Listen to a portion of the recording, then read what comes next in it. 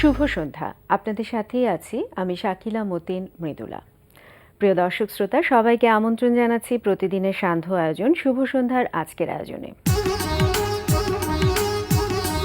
শুভ সন্ধ্যায় আজ থাকছে চলতে থাকা প্রদর্শনী, এনটিভি হাইলাইটস এবং জনপ্রিয় সঙ্গীত শিল্পী, সুরকার, সঙ্গীত পরিচালক এবং গীতিকার শফিক তুহিনের সঙ্গে আলাপচারিতা। শুরুতেই চলতে থাকা প্রদর্শনী।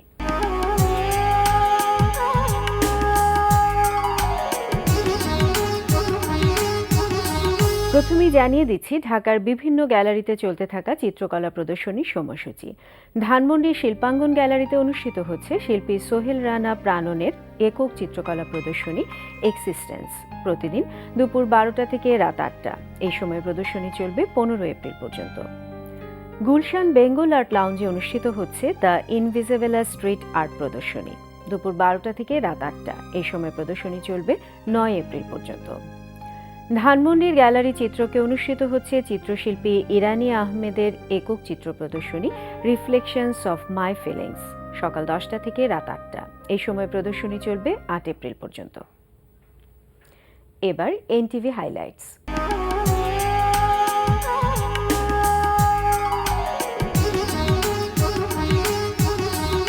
রাত 8:20 থাকছে আবুল হায়াতের পরিচালনায় ধারাবাহিক নাটক আকাশের ওপারে আকাশ। এখন বাসায় গিয়ে কি করবে? আব্বু অসুস্থ। ও হ্যাঁ জানি, কিন্তু তোমার আপা আর ভাবি তোমার আব্বুর জান প্রাণ দিয়ে সেবা করছে। সম্পত্তির লোভে মনে হয়। মানুষ সম্পত্তির লোভে যে কত কিছু করতে পারে। রাত 9টায় দেখবেন আলফ্রেড খোকনের প্রযোজনায় ফারহা শারমিনের উপস্থাপনায় সঙ্গীতানুষ্ঠান তারায় তারায় রচিত। কল্যাই দরিয়ার পারে বৃক্ষ একটি মনোহর, এর আগায় বসে সোনার ময়নায় গে 40 বছর, আগায় বসে সোনার ময়নায় গে 40 বছর, কল্যাই দরিয়ার পারে বৃক্ষ একটি মনোহর। রাত 9:40 থাকছে পান্থ শাহরিয়ারের রচনায় নঈম ইমতিয়াজ নেয়ামুলের পরিচালনায় ধারাবাহিক নাটক বাক্সবন্দী। ঘরের জানালা খোলা থাকলেও একই ব্যাপার হতো। তুমি জানো আমার মা কিভাবে মারা গিয়েছিল? আবার কেন মার কথা তুলছো? ভুলে গেছো একটা সময় যখন আমার মার জন্য অনেক খারাপ লাগতো, তুমি সবচেয়ে বেশি কাছে থাকতে আমার। রাত 12:10 রয়েছে টক শো এই সময়।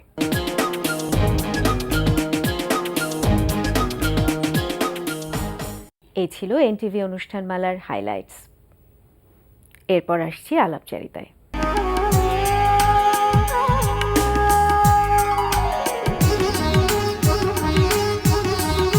প্রিয় দর্শক, আমাদের আজকের অতিথি জনপ্রিয় সঙ্গীত শিল্পী, গীতিকার, সুরকার এবং সঙ্গীত পরিচালক শফিক তুহিন। চলুন কথা বলি তার সঙ্গে। শুভ সন্ধ্যা। শুভ সন্ধ্যা। ভালো আছেন? শুকর আলহামদুলিল্লাহ, বেশ ভালো আছি। সামনে তো পহেলা বৈশাখ আসছে এবং আমরা আপনার কাছ থেকে একটি সলো অ্যালবাম পাচ্ছি। সেই আনন্দে এবং অপেক্ষা করছে আপনার যারা শ্রোতা তারা। তো অ্যালবামটা সম্পর্কে একটু জানতে চাইছি। অ্যালবামটা বরাবরের মতো আমি একটু রোমান্টিক গান করি। আমাকে রোমান্টিক গানের গায়ক হিরো হিসেবে বলা হয়। মোটামুটি জানে, ওই যে এর বেশি ভালোবাসা জানার পর থেকে। তো আমিও এবার চেষ্টা করেছি একটা ভিন্ন মাত্রার কিছু গান দেওয়ার চেষ্টা করেছি। এখানে মোট 8টি গান থাকবে। দুটো ডুয়েট গান আছে, একটা ন্যান্সি গেয়েছে আর একটা দোয়েল নামে একটা নতুন মেয়ে। এবং সবগুলো গানের কথা সুর আমার করা, মিউজিক অ্যারেঞ্জমেন্ট করেছে অনেকে, J K Rafi and this and that. এটা সুরঞ্জলি একটা লেভেল কোম্পানি, ওদের ব্যানারে রিলিজ হতে যাচ্ছে। নামটা এবং একটা নাম এখনো ঠিক করি না, তো দুটো অপশন আছে। একটা আছে জাদু রায়না আর একটা হচ্ছে চুপকথা রূপকথা। এখনো বুঝতে পারছি না যে কোন নামটা ফাইনাল করব। বেশ মিষ্টি রোমান্টিক গান আমাদের জন্য অপেক্ষা করছে। ইনশাল্লাহ আমি চেষ্টা করেছি যে এবার খুব প্রেম দিয়ে ভালোবাসা দিয়ে যেন মানুষ যেন ভালোবাসে গানগুলো, সেভাবে গানগুলো করার। এবং নতুন করে আপনার গানের প্রেমে যেন পড়ে যায়, ঠিক যেরকম সবসময় পড়ে যায়। হ্যাঁ, আপনার গানগুলো যে রোমান্টিক গান যে 8টা বললেন, সেটা কত সময় ধরে লিখেছেন? এটা আমি কাজটা শুরু করেছি লাস্ট অগস্ট সেপ্টেম্বর মাসের দিকে। তো গ্র্যাজুয়ালি আমার হয় কি, আমি তো শুধু আমার সোলো অ্যালবামই কাজ করি না, আমি অনেক শিল্পীর জন্য কাজ করি, আমি ফিল্মের জন্য গান করি, সুর লিখি, সুর করি, সঙ্গীত পরিচালনা করি। তো গ্যাপে গ্যাপে আমি আমার সোলো অ্যালবামের গানগুলো সাজিয়েছি। এর মধ্যে আমি ধরেন যে নেন্সির একটা সোলো অ্যালবাম জিপি মিউজিক থেকে রিলিজ হয়েছে রিসেন্টলি, ওখানে আমি দুটো গান করেছি। তারপরে এরকম অনেক সিঙ্গারের গান করেছি। সো আমাকে অন্যান্য কাজে ব্যস্ত থাকতে হয়। আর সামনে আমার বেশ কিছু গান আসছে, সেটা মমতাজ, তারপরে সালমা, আর হলো আমাদের অন্যান্য ফোক আর্টিস্ট মিলে একটা অ্যালবাম হচ্ছে, তারপরে ইমরান, আমি, ন্যান্সি, কনাইদের নিয়ে একটা অ্যালবাম করছি। এগুলো সব আমার ফিচারিং অ্যালবাম। তারপরে আমার ফিচারিং অ্যালবাম একটা আসছে, শফিক তুহিন ফিচারিং লেমিসের অ্যালবাম। এটা পুরো রক ঘরানার একটা অ্যালবাম। সো অনেকগুলো প্রজেক্ট একেবারে করি তো। ডিফারেন্ট। হ্যাঁ, ডিফারেন্ট প্রজেক্টে কাজ করি। আবার ফিল্মের কাজ যখন করি, ফিল্মের গল্প অনুযায়ী কাজ সেটা আমরা করতে হয়। শুনবো, ফিল্মের গল্পও শুনবো। তো আপনি অনেক সময় নিয়ে, অনেক ব্যস্ততার ভিতরেও নিজের সলো অ্যালবাম বেশ সময় নিয়ে করেছেন। আমরা আশা করছি কিছু ভালো গান পাবো। আমিও আশা করছি যে শ্রোতারা এবার আমার গানগুলো শুনে অনেক তাদের আমরা কি ভালো লাগবে। গানের একটু অংশ শুনতে পারি? আমরা শেষের দিকে এই গানগুলো করি, গল্প করতে করতে আমরা গানে চলে যাবো। আপনি যেটা বললেন যে ফিল্মেও কাজ করছেন দীর্ঘদিন ধরে, এবং সামনে আপনার দুটো ফিল্মের গানও মুক্তি পাবে আপনি যেখানে কাজ করেছেন। হ্যাঁ, আমার এই শুক্রবারে রিলিজ হলো মন জানে না মনের ঠিকানা, মুশফিকুর রহমান গুলজার পরিচালিত। এখানে আমার দুটো গান আছে, একটা টাইটেল গান আর একটা একটু আইটেম গান। সেটা রিলিজ হয়েছে। আর নেক্সট উইকে রিলিজ হবে জাকির হোসেন রাজু পরিচালিত অনেক দামে কেনা। তো এখানে আমি 3টা গান করেছি, তিন ধরনের গান। একটা আইটেম গান করেছি, একটা বিরহের সিকোয়েন্সের গান করেছি, আরেকটা সিকোয়েন্সিয়াল একটা ঘটনার পার্সপেক্টিভে একটা গান করেছি। সেটা গিয়েছে বাংলাদেশের লেজেন্ড সৈয়দ আব্দুল হাদী এবং সাবিনা ইয়াসমিন। এই গানটা নিয়ে আমি ভীষণ আশাবাদী।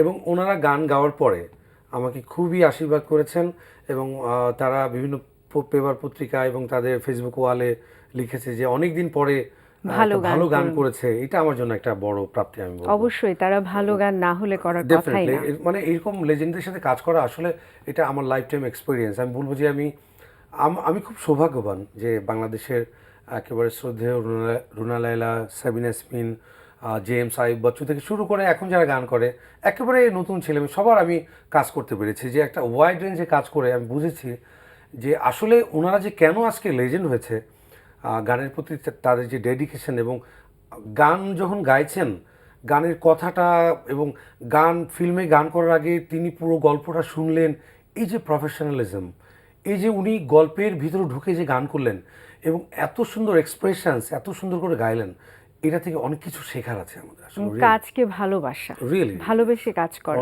দুটোই। আপনি যেটা বললেন যে আপনি একেবারে নতুন প্রজন্ম থেকে শুরু করে একেবারে লিজেন্ডদের সাথে কাজ করেছেন, হয়েছে। এই যে কাজ করার একটা অভিজ্ঞতা, ভ্যারিয়েশন আছে, সেক্ষেত্রে আপনার অনুভূতিটা কি? আমি বললাম তো, অনুভূতি এটা ভীষণ ভালো। আমি যদি শুধু সঙ্গীত শিল্পী হতাম, আমার কিন্তু এত ওয়াইড রেঞ্জে কাজ করা হতো না। আমি গান লিখে শুরু করি বলে আমার সবার সাথে কাজ করা হয়েছে। তা আমি বলবো যে আমি যেমন সিনিয়রদের কাজ করতে গিয়ে সিনিয়রদের কাছে অনেক কিছু শিখেছি, যে কীভাবে একটা গান ভালোবাসতে হয়, গানের প্রতি কীভাবে প্রেম দিয়ে গান করতে হয়। আমি তখন এই অভিজ্ঞতাগুলো আমি যখন নতুনদের সাথে কাজ করি তাদেরকে আমি বলি যে তারা যে আজকে এমন অবস্থানে গেছেন, তাদের এই যে গুণাগুণগুলো এবং তাদের কোয়ালিটি এবং তাদের ডেডিকেশনস, এগুলো আমি আবার নতুন প্রজন্মকে শেয়ার করি। আমার লাস্ট ইয়ারে একটা গান নতুন প্রজন্মের একজনের মুখে ভীষণভাবে জনপ্রিয় হয়েছে। এই গানটা সারা বাংলাদেশের মানুষ শুনেছে। ইমরানের কণ্ঠে বলতে বলতে চলতে চলতে এই গানটা ভীষণ পপুলার হয়েছে। এটা আমার লেখা ছিল, ইমরানের সুর এবং ওর গাওয়া। এই গানটি নিয়ে বলবো যে অনেকে আক্ষেপ করে যে আসলে আমাদের গীতিকার বা সুরকারদের সেইভাবে আমাদের তৈরি হয়নি, ভিত্তিগুলো তৈরি হয়নি। অর্থনৈতিকভাবে বলেন, পারিবারিক বা সামাজিক যে প্রেক্ষাপটের যে সম্মানটা পাওয়া উচিত সেভাবে তৈরি হয়নি। কিন্তু এখন এই যে ডিজিটাল প্ল্যাটফর্মে অনেক কিছু করার সুযোগ আছে আমাদের। আমি বলবো যে ইমরানের গানটা আমি লিখে আমি রয়্যালিটি থেকে অলমোস্ট 4 লাখ টাকার উপরে পেয়েছি। এটা কিন্তু একটা রেভলিউশন আমি বলবো। অবশ্যই একটা সময় ছিল একটা গান করে একটা গীতিকারের 1000-2000 টাকা পাওয়া ছিল একটা স্বপ্নের বিষয়। সেখান থেকে যে এরকম একটা টাকা আর্ন করার যে সুযোগ আছে, আমি যারা বলবো যারা নতুন প্রজন্মে গান করছে বা সুর করছে, এইভাবে কাজ করলে যে নিজের ক্রিয়েশনটা নিজের কাছে রেখে এগুলো ডিজিটাল প্ল্যাটফর্মে যদি তুলে দিতে পারেন, এবং এটা থেকে অনেক অর্থনৈতিকভাবে মানে করার সুবিধা আছে আমি বলবো। সো এটা ভাববার বিষয়। আপনারা যারা কাজ করবেন এখন নতুন, আমি যে বলবো এগুলো ভেবে ভেবে কাজ করলে ভালো হবে। কারণ একটা আসলে সময় হয় কি আমাদের শিল্পীদের হতাশা দুস্থ কাজ শিল্পীর করে। খাতায় নাম লেখাতে হয়, এটা খুব দুঃখজনক। একটা বয়সে এসে মানুষ যখন তার চিকিৎসার জন্য মানুষের কাছে হাত পাততে হয়, এটা খুব কষ্ট লাগে। কিন্তু আপনি দেখবেন পৃথিবীর বিভিন্ন দেশে একটা দুটো তিনটা চারটা গান পপুলার হলে ওইটার যে সিস্টেম, ওদের সিস্টেম অফ মিউজিক ইন্ডাস্ট্রি এমনভাবে গড়ে ওঠা, ওদের যে রয়্যালিটি সিস্টেম তৈরি হয়, ওটা শুধু সেই শিল্পী না, তাদের দুইটা তিনটা জেনারেশনও তার সুফল ভোগ করতে পারে। তা আমরা আশা করব আমাদের সরকারি তরফ থেকে এবং আমাদের লেভেল কোম্পানিগুলোকে কোঅর্ডিনেট করে এমন একটা সিস্টেম ডেভেলপ করা যেখান থেকে আর আমাদের দুস্থ হতে হবে না, আমাদের ক্রিয়েশন দিয়েই আমাদের জীবনটাকে অনেক সুন্দর করে আমরা উপস্থাপিত করতে পারবো এবং আমরা যেন সত্যিকারের কাজের দিকে মনোযোগ দিতে পারি, যেন আমরা কাজ করলে যেন আমাদের অর্থের দিকে আর পিছু তাকাতে না হয়, যেন অর্থ এমনিতেই একটা সিস্টেমের মধ্যে দিয়ে চলে আসে। আসলে আমাদের মতো তৃতীয় বিশ্বের একটা দেশে সিস্টেম পুরোপুরি আনাটা একটু সময় সাপেক্ষ, এটা কিন্তু আমাদের সবার চেষ্টা আন্তরিকতা যেহেতু থাকলে, আছে অবশ্যই হবে। হওয়া উচিত। এবারে চলচ্চিত্রে যে গানগুলো করছেন, সেখানে আপনার কাছে জানতে চাইছি যে যখন অডিও অ্যালবামের কাজ করছেন, যখন অন্য শিল্পীদের নতুন প্রজন্মের ফিচারিং এর কাজ করছেন, চলচ্চিত্রের গান করছেন, কোনটায় বেশি মজা লাগে, কোনটায় বেশি করতে সবগুলোতেই ভালো মজা লাগে? লাগে। আমি যখন অডিওতে কাজ করি আমার লেখা বা সুরে একটা স্বাধীনতা থাকে। আমি যে কোনো সাবজেক্ট নিয়ে লিখতে পারি, যে কোনো প্লট তৈরি করে লিখতে পারি। তবে এটা ঠিক, আমি যখন অডিও ইন্ডাস্ট্রির কাজ করি, আমি যখন জেমস ভাইয়ের গান করি, আমি জেমস ভাইয়ের গলার টেক্সচার জানি, ওনার স্কেল কোনটা, ওনার অ্যাটিটিউড কোনটা, ওনার ইমেজের সাথে কোন লিরিকগুলো স্যুট করবে, বা অন্যান্য যে কোনো আর্টিস্টের কথাটা ভেবে আমি তখন গানগুলো তৈরি করি। আর ফিল্মেরটা টোটালি আমার গল্পের উপরে ডিপেন্ড করতে হয়, কোন সিকোয়েন্সে গানটা যাবে, এটার প্লটটা কি আরবান বেস গল্প নাকি রুরাল গল্প, সেরকম সুরের আবহটা তৈরি করতে হয়। ভাবনাটা আরো অনেক অনেক গভীরে যেমন যেতে হয়। পোড়ামন একটা মুভি রিলিজ হয়েছিল 2013-তে, ওখানে গান করেছিলাম। ওইটা একটা প্লট ছিল একটা গ্রামের ছেলে মেয়ের ওপরে। সো আমি ওইটাকে একটু ফোক আশ্রয় নিয়ে আমি সুরগুলা করেছিলাম, যেন ওই ক্যারেক্টারগুলোর সাথে ওই সিকোয়েন্সের সাথে ওই পরিবেশের সাথে মানানসই হয়।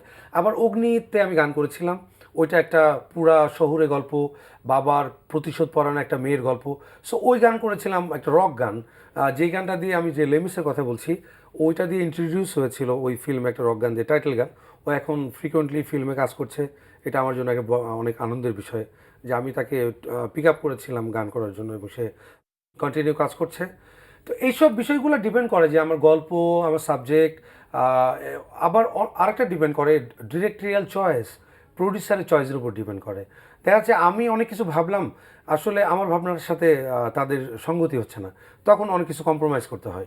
কিন্তু সব কিছু যদি মিলে যায় সেটা একটা অনন্য সৃষ্টি হয়। যেভাবে হয়েছে, আমি বললাম যে এই প্রথম মানে ব্যান্ড সঙ্গীতের ইতিহাসে প্রথম ন্যাশনাল অ্যাওয়ার্ড পেয়েছে আমাদের দ্য রক লেজেন্ড জেমস ভাই। আমি আসছিলাম সেই হ্যাঁ, প্রসঙ্গে। এই আমার কথা সুরে পেয়েছে দেশা দ্য লিডার মুভিতে, এটা সৈকত নাসেরের পরিচালনায়। সেটা আমার জন্য একটা ভীষণ গৌরবের বিষয় আমি বলবো, যে প্রথমবারের মতো একজন মানে ব্যান্ড সঙ্গীতের ঘরানার কোনো, এবং সবচেয়ে আসলে সারপ্রাইজিং, শিল্পী এখানে আসলে কোনো সবচেয়ে ইন্টারেস্টিং বিষয় হচ্ছে আমাদের ধারণা ছিল যে একটা ন্যাশনাল অ্যাওয়ার্ডগুলো দেওয়া হয় একটা, আছে না, একটা মানে এক বিশেষ শ্রেণীর গানের উপরে, কিন্তু রক গানের উপরে যে একটা ন্যাশনাল অ্যাওয়ার্ড আসতে পারে, this is the first time, এবং এটা একটা ভেরি গুড এক্সপিরিয়েন্স এবং এটা আমার জন্য অনেক ভালো লাগে। আসলে রক গান গেয়েও কিন্তু আমাদের অনেক লেজেন্ডারি শিল্পী তৈরি হয়েছে, Definitely, যাদেরকে সারা definitely. দেশ কিন্তু মনে করে। আমরা ফিল্মে পাইনি যে একটা রক গানের উপরে যে একটা ন্যাশনাল অ্যাওয়ার্ড আসতে অবশ্যই পারে। অবশ্যই সেটা আমি বলবো যে গানটা ছিল একটু দেশকে নিয়ে, এই জন্য আমরা গানটা অবশ্যই আশা করছি আমরা শুনবো একটু আমি আপনার শুনতে কাছে। পারি, তার আগে একটু আপনার কাছে আরেকটা প্রশ্ন করছি যে এখনকার প্রজন্মের ভেতরে কি এক ধরনের প্রবণতা আছে যে তারা কাজ করার আগেই তারা জনপ্রিয় হতে চায়। লিজেন্ডারি হওয়ার জন্য স্বপ্ন দেখেন? লিজেন্ডারি তো একটা মুখে বললে তো হওয়া যায় না। আপনি কাল যদি কোনো সিঙ্গার হতে চায়, তাহলে একটা কালকে সময় দিতে হয়। ধরেন যে আজকে একটা গান পপুলার হলো, তার মানে এইটা না এটা 20 বছর পরে গিয়েও কোনো মানুষ শুনবে। যদি শোনে, একটা সময় উত্তীর্ণ করে গিয়ে যদি আবার মানুষের কাছে সমান আবেদন রাখতে পারে, কালটা তখন শেষ সেটা, হবার পর আসলে এটাই সেটা কালজয়ী হবে। গান হবে। তো লেজেন্ড হওয়া এত সহজ না। এবং আমরা সেটা যারা সময় কাজ লাগবে। করছি, এটা আমি বলবো যে একেবারে ওইরকম আমাদের প্রাতিষ্ঠানিক শিক্ষা দীক্ষা এখন নাই। গুরুমুখী বিদ্যা যেমন আগে ছিল, এখন সবাই ভাবে যে নিজেই গুরু হয়ে গেছে। এটা খুবই দুঃখজনক বিষয়। আমি বলবো যে এটা আল্লাহর অশেষ রহমত এই দেশের প্রতি যে এখনও গান বাজনা হচ্ছে। কিন্তু গান যদি আসলেই সত্যিকারে করতে হয় আসলেই ওরকম চর্চা করা উচিত। এবং যারা গান লেখে সুর করে এটা আসলে আমি বলি যে একটা সৃষ্টিশীল কাজ হচ্ছে একটা সৃষ্টিকর্তার উপহার, এটা গিফটেড জিনিস। আমরা শেষ পর্যায়ে চলে এসেছি। আপনার কথা এবং সুরে জাতীয় পুরস্কার পেয়েছেন জেমস যে গানটি গিয়ে আমরা সেই গানটির কিছু অংশ শুনতে চাই। ওকে। পতাকাটা খামচাতে কখনো আসে যদি শকুনার হায়নার দল, সংগ্রামে সংগ্রামে রুখে দাঁড়াতেই হবে, সাহস বুকে অবিচল, এ দেশটাকে বদলে দেবার শপথ নিয়ে আসছে দেশা আসছে নতুন আলোর মশাল হাতে, আসছে দেশা আসছে নতুন আলোর মশাল হাতে। এরকম একটা গান ছিল। খুব ভালো লাগলো, আপনাকে অনেক ধন্যবাদ। আপনাকে ধন্যবাদ। প্রিয় দর্শক, কথায় কথায় আমরাও চলে এসেছি অনুষ্ঠানের শেষ প্রান্তে। আমাদের সঙ্গে যোগাযোগের ঠিকানা প্রযোজক শুভ সন্ধ্যা, এনটিভি বিএসসিসি ভবন, 7তলা 102 কাজী নজরুল ইসলাম এভিনিউ, কারওয়ান বাজার, ঢাকা 1215। আমাদের ইমেল অ্যাড্রেস shubhosondha@ntvbd.com। প্রিয় দর্শক, এনটিভিতে সম্প্রচারিত সংবাদ ও অন্যান্য সকল অনুষ্ঠান দেখতে লগ ইন করুন www.ntvbd.com এ। সবার সুস্থ, সুন্দর ও নিরাপদ জীবনের প্রত্যাশায় আজকের মতো এখানেই শেষ করছি। শুভ সন্ধ্যা।